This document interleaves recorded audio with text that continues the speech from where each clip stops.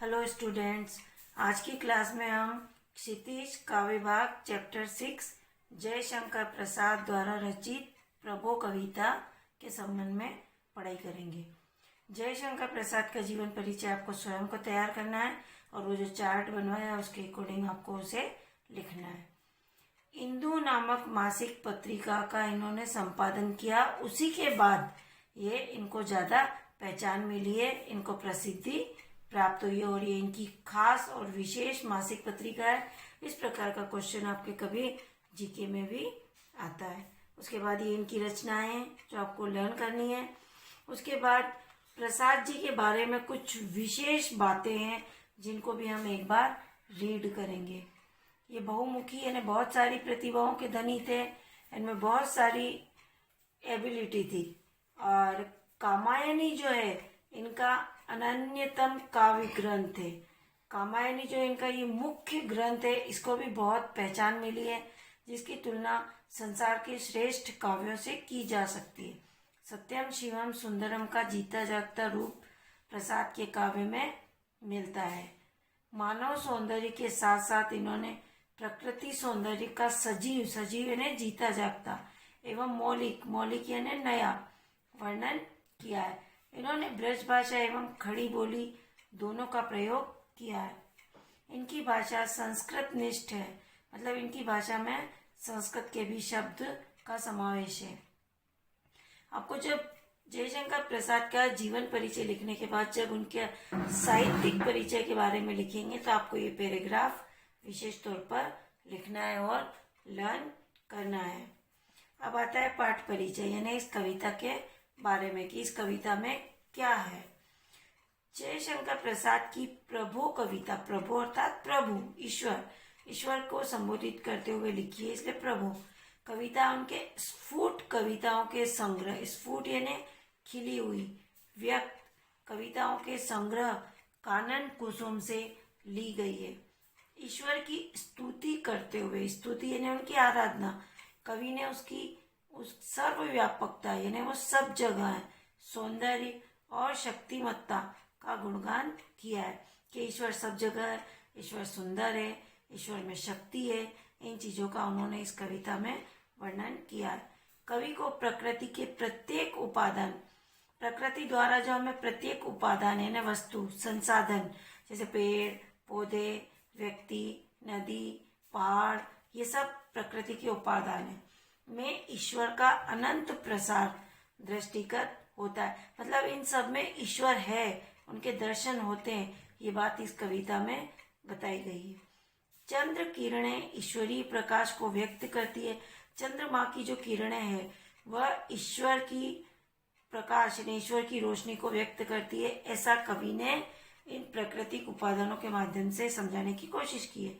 सागर की उत्ताल तरंगें उसकी स्तुति करती है, चंद्रिका उसकी मुस्कान को तथा नदियों का कल कल निनाद यानी ध्वनि उसके आह्लाद को व्यक्त करती है।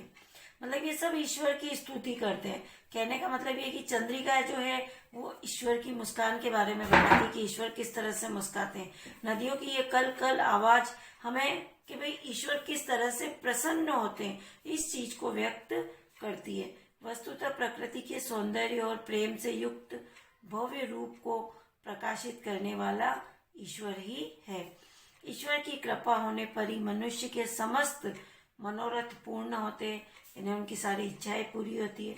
खड़ी बोली हिंदी में रचित यह कविता प्रसाद जी की भावाभिव्यक्ति यानी उनके भावों की अभिव्यक्ति का सुंदर उदाहरण है।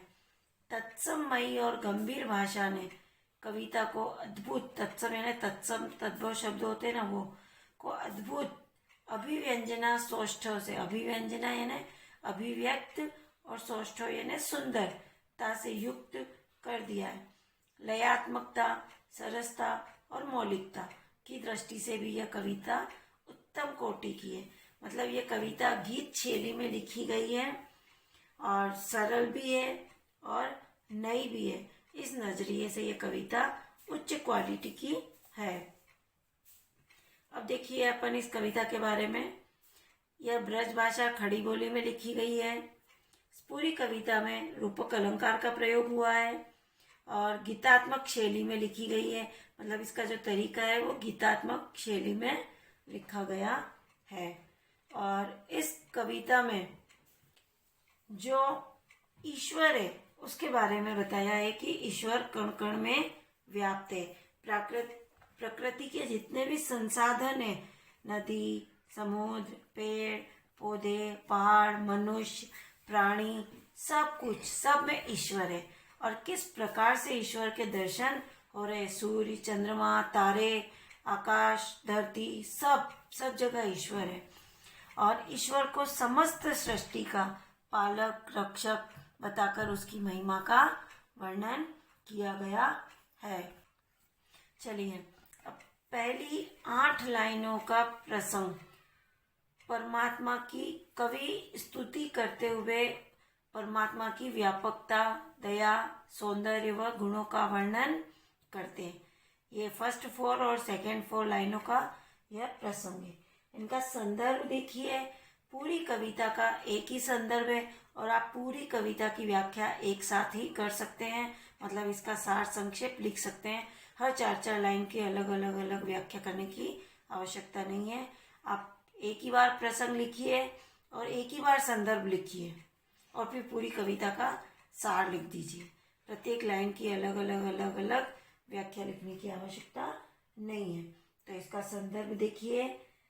प्रस्तुत कविता जयशंकर प्रसाद द्वारा रचित प्रभो शीर्षक से उद्धृत है। इसमें कवि ने ईश्वर और परमात्मा की स्तुति करते हुए उसकी व्यापकता और सौंदर्य, दया आदि गुणों का उल्लेख किया है और ईश्वर को समस्त सृष्टि का पालक, रक्षक, कर्ता बताकर उनको कण कण में ईश्वर विराजमान है, इसको बड़ी ही सुंदरता से प्रस्तुत किया है इस कविता में। तो आप इस पूरी कविता का एक ही बार में संक्षिप्त परिचय दे दीजिएगा, मतलब उसका अर्थ लिख लीजिएगा। अब देखिए, विमल इंदु की विशाल किरणें प्रकाश तेरा बता रही है, अनादि तेरी अनंत माया जगत को लीला दिखा रही है। विमल यानी स्वच्छ, इंदु यानी चंद्रमा, अनादि यानी जिसके आरंभ का पता न चले, और प्रकाश तेरा बता रही है यानी शक्ति परिचय। तो देखिए, कवि कहता है कि हे प्रभु, चंद्रमा की जो ये निर्मल किरणें फैल कर तुम्हारे प्रकाश का परिचय दे रही है।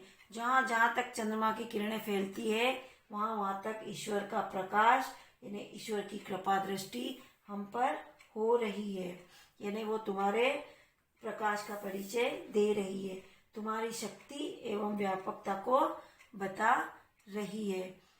और ये किरणें यह दिखा रही है कि ईश्वर की जो माया है वह अनादि और अनंत है। मतलब उसका कोई न तो उसका आरंभ का पता है न उसके अंत का पता है। तो यह संसार की लीला की भी यही स्थिति है, अथवा ईश्वर की लीला कहाँ और कब से प्रारंभ हुई, कितनी असीम है, यह कोई नहीं जानता। तो संसार की भी यही लीला है कि संसार कहाँ से शुरू है और कहाँ इसका अंत है, यह कोई नहीं जानता है। नेक्स्ट देखिए, प्रसार तेरी दया का कितना, ये देखना है तो देखे सागर, तेरी प्रशंसा का राग प्यारे, तरंग मालाएं गा रही है। प्रसार यानी फैलाव। कवि कहता है कि ईश्वर की दया का फैलाव कितना विस्तृत है, मतलब ईश्वर कितने दूर, मतलब कितने क्षेत्र में फैला हुआ है। अगर ये देखना है तो हमें ये ऐसा देखना है तो समुद्र का विस्तार देखना चाहिए कि जितना बड़ा समुद्र फैला हुआ है उससे भी कहीं अधिक ईश्वर की दया हमारे ऊपर फैली हुई है। अर्थात समुद्र के व्यापक विस्तार के समान ईश्वर की दया का प्रसार फैला हुआ है। समुद्र की लहरों की असंख्य कतारें जो ईश्वर की प्रशंसा का राग गा रही है तथा ईश्वर की सर्वश्रेष्ठता के गीत गा रही है। समुद्र की जो लहरें उठती है वो बार बार ईश्वर के प्रशंसा के गीत गा रही है और ईश्वर सर्वश्रेष्ठ है, इस चीज का वो बार बार बखान कर रही है। नेक्स्ट देखिए, तुम्हारा स्मित हो जिसे निखरना, वो देख सकता है चंद्रिका को। तुम्हारे हंसने की धुन में नदियां निनाद करती ही जा रही है। स्मित, स्मित का मतलब होता है मुस्कान। कवि प्रसाद कहते हैं कि हे प्रभु, जिसे तुम्हारी मधुर मुस्कान देखनी हो वह चांदनी को देख सकता है। मतलब हमें ईश्वर कैसे मुस्कुराते हैं, उनकी मधुर मुस्कान के अगर हमें दर्शन करने हैं तो हमें चंद्रमा की चांदनी को निखरना चाहिए, मतलब उसको देख लेना चाहिए। और जिसे तुम्हारे हंसने का शब्द या आवाज सुननी है तो वह नदियों की कल कल ध्वनि को सुने, मतलब नदियों की निनाद करती हुई आवाज को सुने, अगर किसी ईश्वर की आवाज को सुनना है तो। विशाल मंदिर की यामिनी में जिसे देखना हो दीपमाला, तो तारागण की ज्योति उसका पता अनूठा बता रही है। यामिनी यानी रात। कवि कहता है कि रात्रि में जिसे इस संसार रूपी विशाल मंदिर में, संसार रूपी विशाल मंदिर मतलब यहाँ पर रूपक अलंकार है, मंदिर में दीपकों की कतार देखनी हो, मतलब दीपक की रोशनी की अगर कतार देखनी हो तो वह रात में चमकते हुए तारों को देखे, क्योंकि तारों की ज्योति में उसे ईश्वर की सत्ता का पता मिल जाता है, उसकी अनुपम छवि का बोध हो जाता है। कहने का तात्पर्य यह है कि तारों में ईश्वर की ये दीपकों की कतार दिखाई देती है और उनकी मधुर मुस्कान चांदनी में दिखाई देती है, ईश्वर की आवाज नदियों की कलकल ध्वनि में दिखाई देती है, और ईश्वर की सर्वश्रेष्ठता का बखान समुद्र की लहरों में सुनाई देता है, और उनका प्रकाश चंद्रमा की चांदनी में दिखाई देता है, और ईश्वर की कृपा कितनी फैली हुई है यह सागर के अंदर दिखाई देता है। तो ये सारे प्रकृति के उपादान हैं और इन उपादानों के माध्यम से ही कवि ईश्वर का अनंत प्रसार समझा रहा है। नेक्स्ट देखिए, प्रभु प्रेममय प्रकाश तुम हो, प्रकृति पद्मिनी के अंशुमाली, असीम उपवन के तुम हो माली, धरा बराबर बता रही है। कवि वर्णन करते हुए कहता है कि हे ईश्वर, इस समस्त प्रकृति रूपी कमलिनी, यानी कमलिनी यानी कमल जो कम खिला हुआ होता है, कमलिनी को विकसित करने वाले सूर्य तुम ही हो। मतलब ये समस्त जो प्रकृति है इसको विकसित करना यानी इसका विस्तार करना, इसको खिलाना, इसका सूर्य तुम ही हो, और तुम्हारा ये प्रेममय प्रकाश जब फैल जाता है सब और, तब तुम ही इस सृष्टि या संसार रूपी उपवन के माली हो, अर्थात पालक एवं रक्षक हो। कुल मिला के इस संसार को उपवन बताया है और उसका माली ईश्वर को बताया है, और इस प्रकृति को कमलिनी बताया है, और इस कमलिनी को विकसित करने वाले सूर्य ईश्वर को बताया है। तो यही बात यह धरती बार बार बता रही है और समझा रही है। जो तेरी होवे दया निधि, तो पूर्ण होता ही है मनोरथ, सभी ये कहते हैं पुकार करके, यही तो आशा दिला रही है। कवि कहता है कि हे ईश्वर, यदि हम भक्तों पर तुम्हारी दया हो जाती है तो हे दया के भंडार, हमारे सारी इच्छाएं पूरी हो जाती है। इस संसार के सभी लोग यही बात बार बार पुकार कर सबको बता रहे हैं, और इसी से मुझे अपने मनोरथ के, इन्हें अपनी इच्छाओं के पूर्ण होने की उम्मीद नजर आ रही है। अर्थात संसार में यही आस्था प्रचलित है कि मनुष्य के समस्त इच्छाएं ईश्वर की कृपा दया से ही पूर्ण होती है। अर्थात कवि का कहना है कि ईश्वर कण कण में, पेड़ पौधे, नदी, तालाब, सूर्य, चंद्रमा, सबके अंदर ईश्वर है, और वो किसी न किसी रूप में ईश्वर हमें दर्शन दे ही रहे हैं।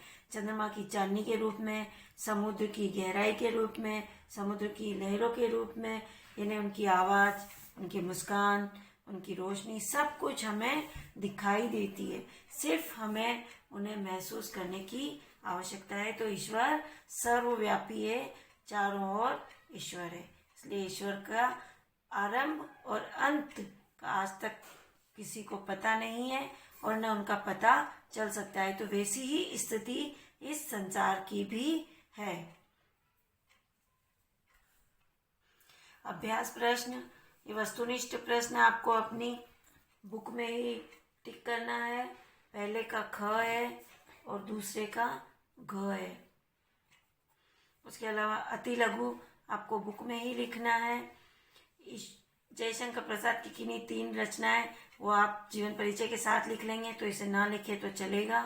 और ईश्वर की प्रशंसा का राग कौन गा रहा है? तो सागर की लहर है। मनुष्य के मनोरथ कब पूर्ण होते हैं? जब ईश्वर की दया कृपा होती है तब। अंशु माली का क्या अर्थ है? अंशु का अर्थ है किरण और माली का अर्थ है सूर्य, अर्थात अंशु और माली का अर्थ है सूर्य की किरणें। उसके अलावा लघु प्रश्न में आपको 7, 8, 9, 10 चारों ही करने हैं। और दया निधि से यहाँ पे दया का भंडार अर्थ होता है। और निबंधात्मक में 12 क्वेश्चन करना है। 11 क्वेश्चन आपके कविता का सार लिखने में चला जाएगा। पूरी कविता का एक ही बार में आप सार संक्षिप्त लिख दीजिए। अलग अलग लाइनों की अलग अलग व्याख्या, अलग अलग प्रसंग, संदर्भ लिखने की आवश्यकता नहीं है। धन्यवाद।